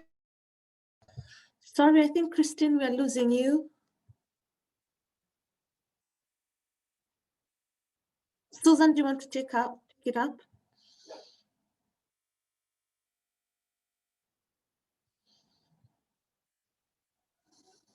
Susan? Sorry about that.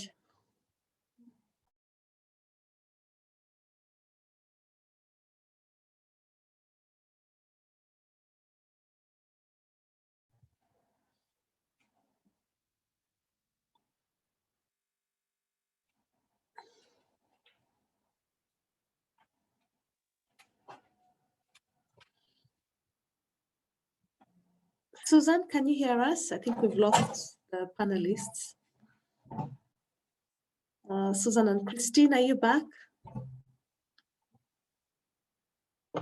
Can you hear me? Yes, now we can hear you. Okay, sorry, my apologies. You know, we are at the mercy of technology, but we will do our best. I'm not sure exactly where I left off or where where everybody left off, but what I'm going to, I can just go ahead and just talk about for you, some of the tools that you need to be looking at are your communication strategies when it comes to marketing your organization. I was talking about having an updated website, constantly be on your feed for all elements of social media, your Instagram, your Facebook, your Twitter accounts, always tooting your own horn, showing your engagement within the community, being able to go out there and seeking radio or TV interview spots on local spots on radio and TV. They're always looking for content. What are you doing to be able to engage those type of platforms? Also, one of the most critical elements or tools you can use as a nonprofit is you need to always be tooting your horn. You always need to be demonstrating your success. You need to be demonstrating your impact. This is how you become an effective fundraiser. You need to show off. You need to show off what you're doing right. You need to show off any initiatives that you have going that are critical to the functioning or are beneficial to your beneficiaries. So you need to look at all those tools and constantly be examining and constantly be making sure that you are updated when it comes. What you're trying to do is make sure that everything is constantly updated. You don't wait until the last minute to be able to update that. The next thing, sorry, we're going to be looking at now is now based on everything that Susan and I have talked about, we're looking at myths busted. And when we talk about myths busted, so compared to what we're looking at before, now we're looking at, and you need to realize that for values-based fundraising is a continuous process that should be that should constantly be looked at and be examined and be integrated into your institutional planning and your systems. So as I said before, as much as your fundraising strategies and your fundraising resource mobilization plan should be part of your strategic plan, on paper there should be two separate entities, because you need to be focusing on fundraising exclusively in their strategies, and your strategic plan is something else that drives your organization in terms of its activities. You need to build and grow your social capital, your networking. You need to be able to be constantly engaging and cultivating your partners. It's the pathway to the resources that you need. You need to be thinking about diversifying your funds, widening your resource safety net. For those of you who have one or two donors you rely on, at some point in time, not a guarantee, but something may happen. What if leadership changes in that organization and they can no longer support you? What if their funding priorities change and they decide to move from education to health? What are you going to do? These are things you need to be constantly be thinking about. As an organization, you also need to be investing time in understanding your fundraising capabilities, your internal capacities, and see which fundraising strategies work well for your institution. That is key. Fundraising is not static, and you as a nonprofit organization should not be static either. Otherwise, you're going to be behind what they call the 8 ball, and you're going to be left behind. You're going to be left behind by those organizations which are constantly innovating their fundraising strategies and their donor engagement strategies. Invest in building a team that engages in the fundraising process. The leader of the organization is not the only one who should be tasked with the fundraising element. As we mentioned, as Susan mentioned and I mentioned, every single one of us working with the organization should be able to understand and should be able to participate in the fundraising process in one way or the other, because we all bring value to the fundraising process in the work that we do individually within the organization. And with that being said, I want us to quickly go back to the quiz that we did, the Tincup versus values-based fundraising quiz that we did. Excuse me, Polycarp, if we can just kind of go back to that quiz, thank you. I want us to walk through this very quickly for the sake of time and just kind of understand the logic behind it. So one of the first question was, a call for proposal comes through with a fast approaching submission deadline. The team works on the proposal and sends it out. Is this Tincup or values-based fundraising? This is Tincup fundraising. And this is Tincup fundraising because you haven't done your organization as a research on the funder to find out if you even have any shared values. And that's why a majority of our proposals gets rejected, because you're going there and asking either for an amount they cannot give, it's too high, you haven't done your research so you don't know, or you're asking them to fund an element of your activities that they no longer support because they changed the priority. So you have to do your research. Just sending out blind proposal is not a very effective strategy for fundraising. The other question was, your organization identifies a wealthy potential donor who has donated to an organization which is very similar to yours, and your team submits a proposal to the organization for funding, but your proposal gets rejected, but theirs gets funded, and you need to understand why. This is Tincup fundraising because as an organization, A, you haven't done your research on the funder, and maybe you have to consider some things. Maybe organization B has been continuously cultivating a relationship with this funder, and engaging them in various ways. Maybe they've invited them to the field to see their work. Maybe they've invited them to events or a one-on-one meeting with a board member or the program staff or executive management, so as to build their profile and market their organization. So these are back-end things which have been happening, and they're marketing not only the organization, but the work that they do. And they're doing this in a very effective way by creating and fostering those relationships. Maybe organization B has clearly stated its value proposition as they network and they market their work. In other words, they have been laying the groundwork for them to receive the funding, but you haven't done the same. So you have lost that connection. Keeping those connections and partnerships growing and fostering them is really important in order for you to become more effective in your fundraising.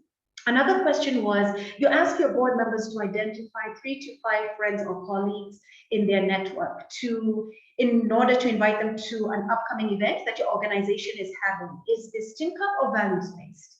This is values-based. Why? Because this is friend-raising. The more you network, the more you get to know where the resources are.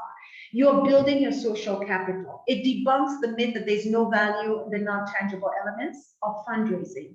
That is not the case. 9 times out of 10, building your social capital is going to lead to increased funding and better success in your fundraising efforts. And that is something we should always be keeping in the back of our minds when we go and conduct our day-to-day work.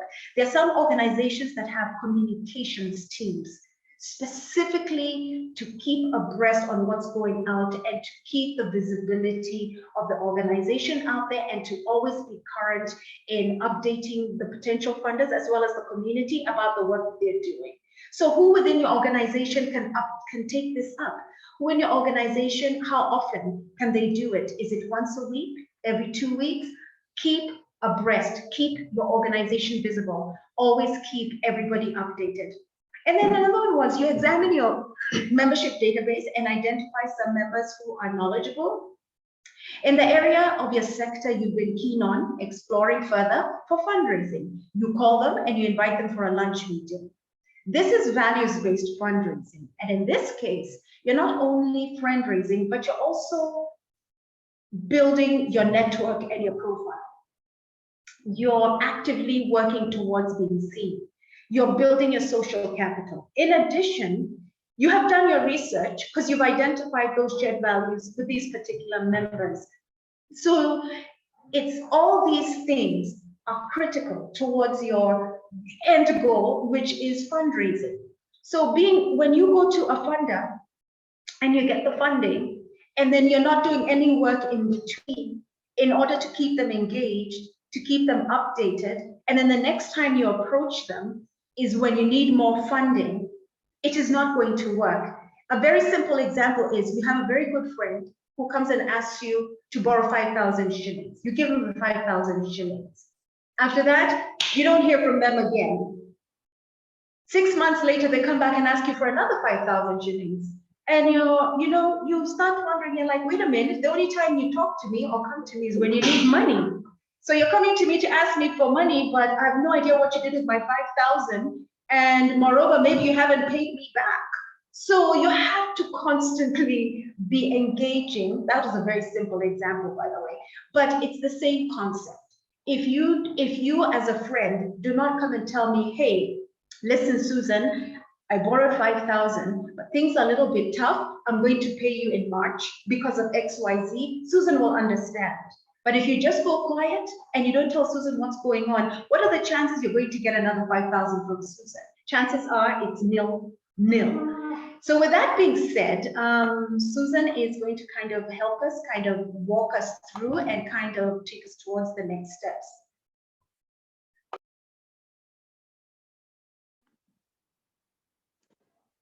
So what next for you as an institution? We have given you a proper information overload. But as I said, we reflect, we get insights, let's move into action. And these are some steps we think you can begin once we're done with this webinar for you to start thinking about. Begin to understand your value proposition. And I just want to break this down into something very simple. What are you good at? What makes you marketable? What do you do that attracts resources?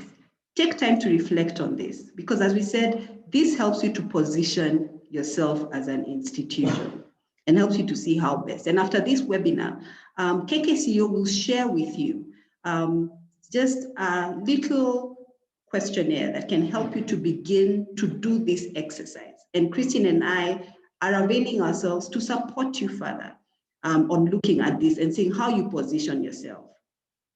But I know we are not going to stop writing proposals or concepts.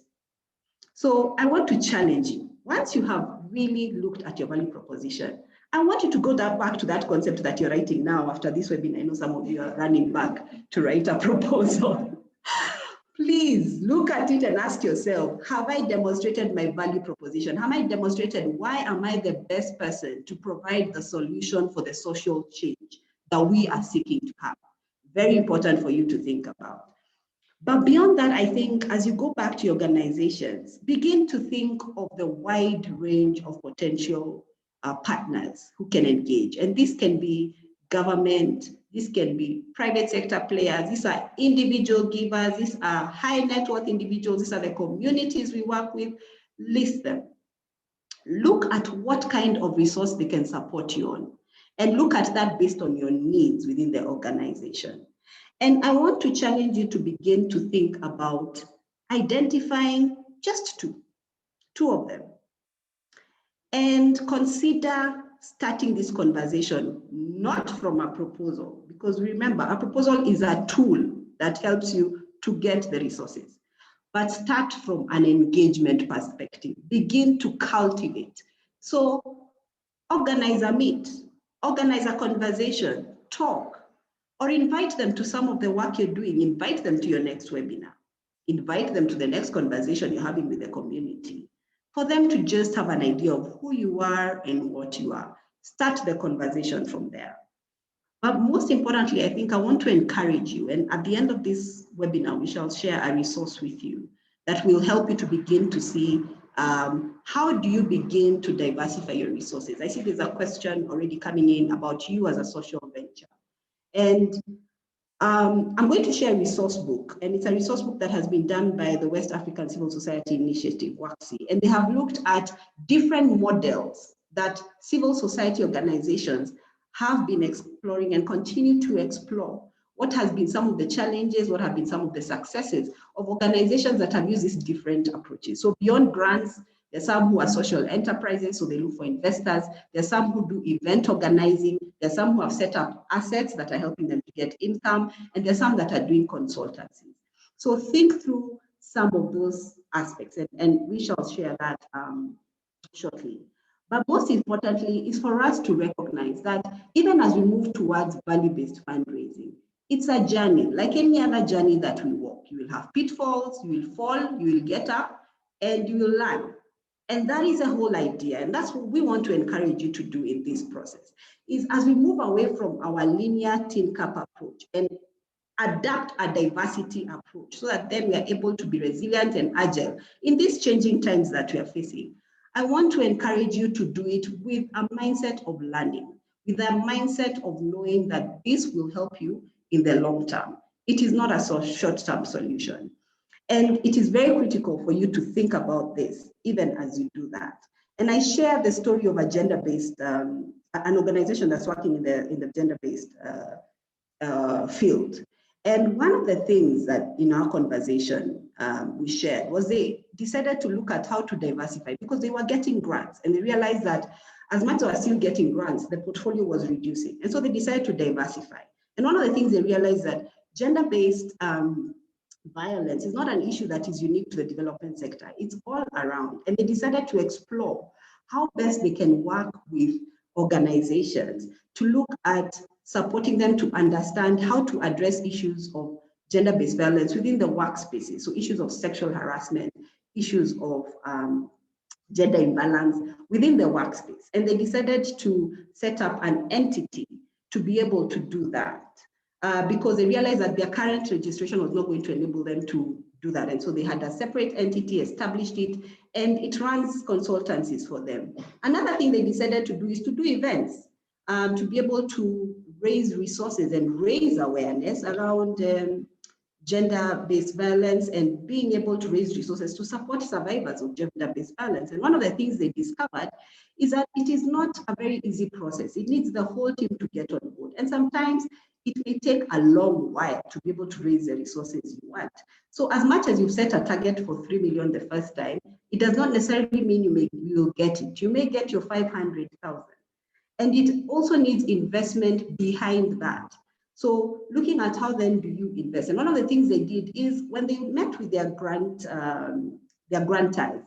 and they were asking them the question of sustainability, they actually challenged their grantors and told them, for our sustainability, we want to raise awareness on this issue of gender-based violence with the communities, and we want to begin to engage them in our work by them supporting us, by raising resources. But for us to do that, you have to allow us to be able to use some of these resources to set up the event.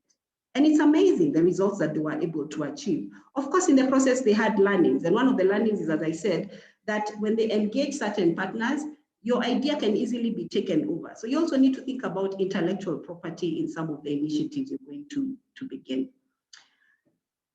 I breathe at this point and take a break and would love to hand it over to KKCO with these terms of my hope and my belief is that of the 71 participants here, we will begin to see a change in your approaches of fundraising.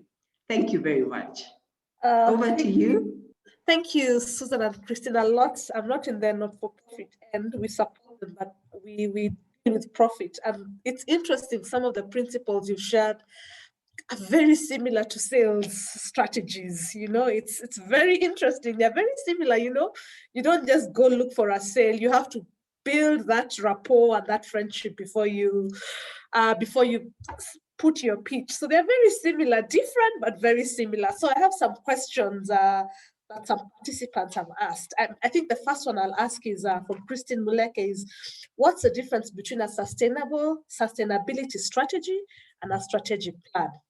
I think whoever can answer the question. Sure, and we can both answer that question because as much as we're both fundraisers, we also have different perspectives. But when I think about a sustainability strategy versus a strategic plan, I think about it using the fundraising lens. For me, the strategic plan is usually a 5-year plan that guides your organization's activities, the activities that your organization is going to undertake. And it is usually, most of the time, they're usually tied to a grant because you have grant activities, as well as your strategic plan might outline provision of internal systems, whatever shape or form that looks like. So that is what the strategic plan for me is. It tends to guide your organization's activities on the ground.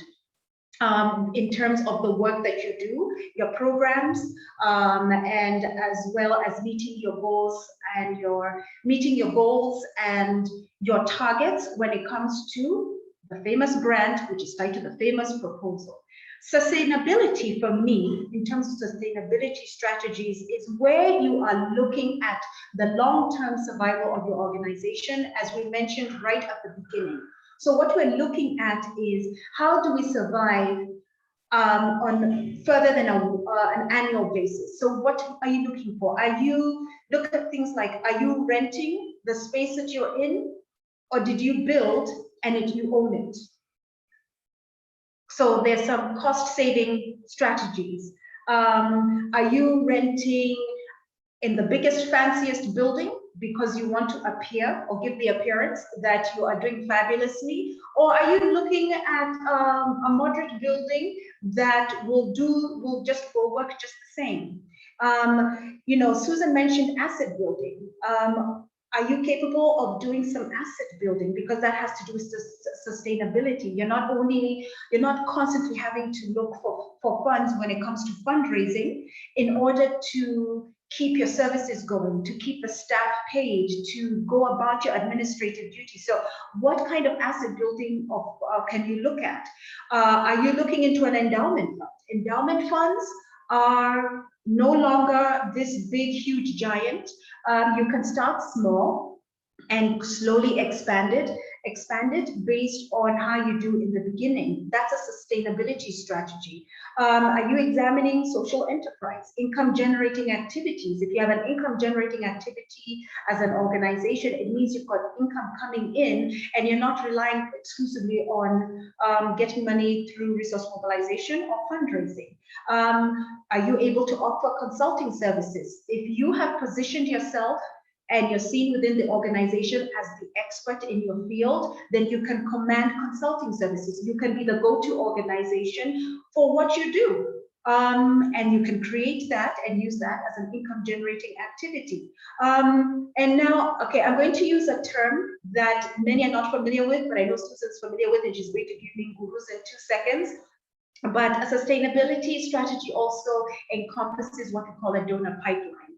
Where you have a donor pipeline, what you've done is you have outlined or identified or you're doing research on potential donors and current donors, and you are actively trying to figure out how to engage your current donors or change your engagement and communication strategies with your current donors. And then in your pipeline, you have identified people who you can possibly go to for future funding. And then within that donor pipeline, you can also identify people you need to research further. That's part of a sustainability strategy. So you're not just dependent on those organizations or those funders that you have had a relationship with in the past, or you have a current relationship with. Your pipeline is constantly being fed from the bottom up. And also looking at your resource mobilization strategies and your annual fundraising plan. That is part of your sustainability strategy. Susan, is there anything else you might want to add? You remember the list I mentioned? That's the beginning of the donor pipeline. Thanks. Maybe just on the donor pipeline, is a question here is how do you begin starting to get that donor pipeline? Well, this is a conversation, a larger conversation based on a large part of the training that we do, because it's not a simple question. But just very simply put, the first thing you need to do in creating a donor pipeline, because it's literally a whole topic within 1 or 2 phases of what Susan do in terms of our training. But the gist of it is you, first of all, start by having or outlining or putting down on paper all your current donors, and then next to that, writing all the communications strategies and donor engagement strategies that are there that you have or that you're using for those current donors. Then that's what we call tier 1 donors. Tier 2 donors now is where you go online. You have to do the legwork. You go online and you identify those particular donors that have got shared or common values so that you can approach them. And then when you put them as tier 2 donors, those are people you need to do further research on to see if those shared values are going to be fruitful somewhere down the line. Then you have your tier 3 donors. Your tier 3 donors are those donors you just put down on paper, Bank of Africa, KKCO. You just kind of list down people you think that you could possibly approach, but require even further. So these are people you know nothing about. Technically, you haven't done any research on them. This is your tier 3 donors. Your tier 2 donors is you know something about them, but you still need to do further research to see if you're in alignment in terms of shared values. Your tier 1 donors are donors you have either engaged with, have given you funds before, or you're currently engaging with. You're in the current funding cycle for them. And then you identify how you can best continuously be, cultivating and engaging them. Because if you remember, we said you don't get the money, don't say anything in between, and then you go again for second phase funding. Chances are that they're probably going to give the funding to somebody else who has been keeping them abreast of the successes or the work that they've done. Thank you. There's a question here from Lean saying, how do you balance demonstrating your success and communicating your needs as an organization, showing off while still showing need for funding? How do you keep that balance? Thanks, Lynn, for that question. And one of the things that you will need to start off with, and that's why we insist on you exactly recognizing what you're good at, is you need to go through a thought process of establishing what your needs are, right? But also looking at what you're good at and seeing where is the common point of engagement. Why? Because then it helps you to be able to put together what we call a pitch that then demonstrates your value, and it doesn't go towards the begging. Remember the begging conversation we're having? It doesn't take you towards the begging conversation, but instead what it does, it helps you to demonstrate your value and demonstrates your need as a response to not just your need, but the need on the ground, okay? And that's not, as Christian has said, that's not an easy process for us to converse and share with right now. But I want to challenge you on that, is to look at how do you understand what your value is? How do you recognize what your needs are as an organization? And ensure how do you bring those two aspects together? Because one of the things you will realize is when you share your need to be able to, for resources, your need for resources, your need is not just based on you as yourself. Your need is based on the impact you already have begun. Even if you're a startup, there's something that you have done on the ground that shows that you are working. So there's a difference with us and profits. For profits, it's about how much money you're bringing in. For non-profits, it's about what social change you are bringing. And there are steps towards social change that you begin to need to look at. And so some of the elements we also start encouraging, especially startups, is when you start your entity and begin doing some initiatives, document, begin to document, begin to get those small successes that you're getting on the ground. It is those small successes on the ground that show you why it is important for you to exist. And that is what you're going to use to help you to look at, if this is our need and this is our success, where is the margin point, right? Thanks for that. So just a follow-up question on what you've just answered in terms of documenting.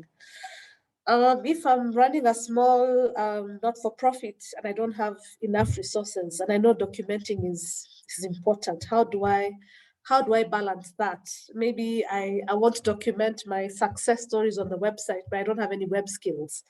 How can one start documenting their success stories or their stories of what's working in their organization?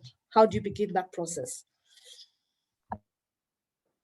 I love the era we are in, and thanks, Liz, for that question, because the era we are in is so digital. The era we are in allows us to use this little gadget called a phone. The era we are in allows us to not give 500 pages of knowledge and what we have done, but pictures, simple things. Take photos of your before you started, after you started. Take pictures, put them on, I'm sure all 71 of you have one social media handle, Facebook, Twitter, something. I tell people, I have looked at this pandemic as an opportunity. Why? Because we are now cognizant that our social media spaces are not just for backlash and negativity. They can be used as spaces for positive action. So I challenge you, as a small entity, take some photos, put them up, share a little story, interview someone for just 30 seconds to give feedback. We used to do this thing of when we train people, because I also train on advocacy, and advocacy is so intangible. One of the things you do is we used to just do a short 1-minute interview with the person who has gone through the training. And it's amazing what you collect as feedback to demonstrate the change you're bringing on the community. So I challenge you to think of the little things that you can do that can give you big feedback. Thanks. And just, sorry, Christine, go ahead. I just wanted to mention something to piggyback on what Susan said. Sometimes it doesn't require you having a big budget in terms of your communications or a communication specialist. In this day and age, if you go online, there are a lot of free templates that you can get online. They might not be the most sophisticated, but at least it's a starting point. In terms of like web services, being able to create a very simple website for a very, very, very reasonable price. It's just a matter of going to Google and just Google and see what pops up. And you can, they help you walk through being able to create a very simple website. People who have their own personal little businesses from home, they'll go to the website and maybe they might pay 10,000 shillings. Don't quote me, it's just a figure I'm saying. It might be $100, $150, I don't know, to create a very simple basic website. And that's how you start building. But as Susan said, start on capitalizing on those services which are free. You know, Facebook is free, Instagram, etc., etc. And then you catapult yourself from there. And what you can do is also think about, instead of having a publication, a paper publication, think of doing an e-newsletter where it's just a one page of just documenting your successes and filling it with pictures. Please, one thing I will please beg you, do not have a 5,000-page document. Nobody's going to read it. Keep it simple, keep it to the point, have pictures, highlight your successes, and it's more enticing. And because a lot of people do not have more than 10-15 seconds on a page, they'll just flip through it. If it's just a bunch of writing, they're not going to even be bothered. Thank you for that. I'll ask one more question because we are time bad. From Ivy. First, I think Ivy has sent a link in case there's anyone who who is an expert in fundraising. So thanks, Ivy, for sharing that link. Christine, Susan can jump into that link, or anyone in this team.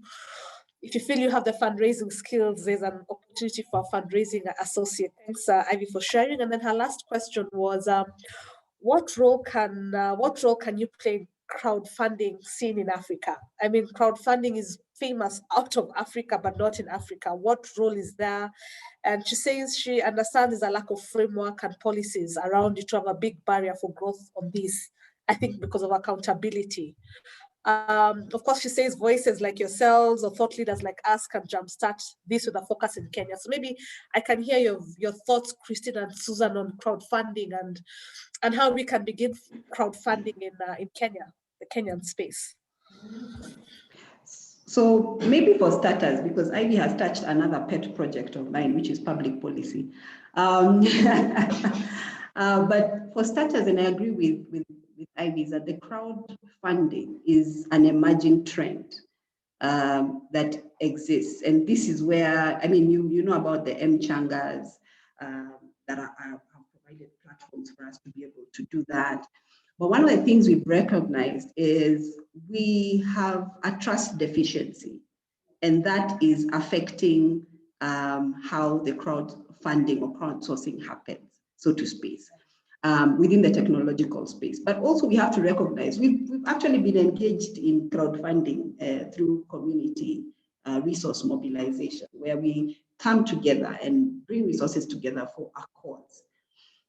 And so even as we continue to see this trend emerging, and I was just responding to her on the chat and saying, policy processes follow ideas. Policy processes follow practices that begin to emerge and to grow.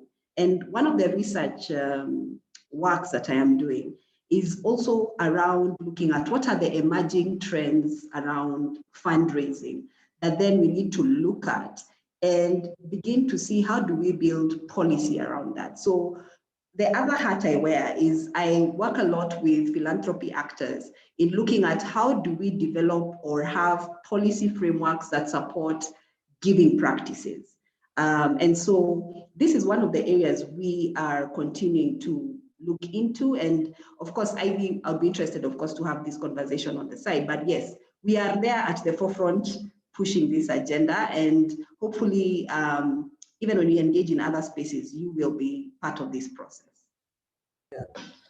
Christine, your thoughts on crowdfunding? I just put it on the chat, but I'm going to echo exactly what Susan said. For crowdfunding to be successful, It requires accountability and adhering to strong ethical standards for every single nonprofit organization. Now, when we talk about accountability and strong ethical standards, it means with accountability, are you using the funds that you received or you're going to receive for the purposes that you stated, where you receive funds and then you channel it somewhere else? So you're not being accountable to that funder. And accountability also means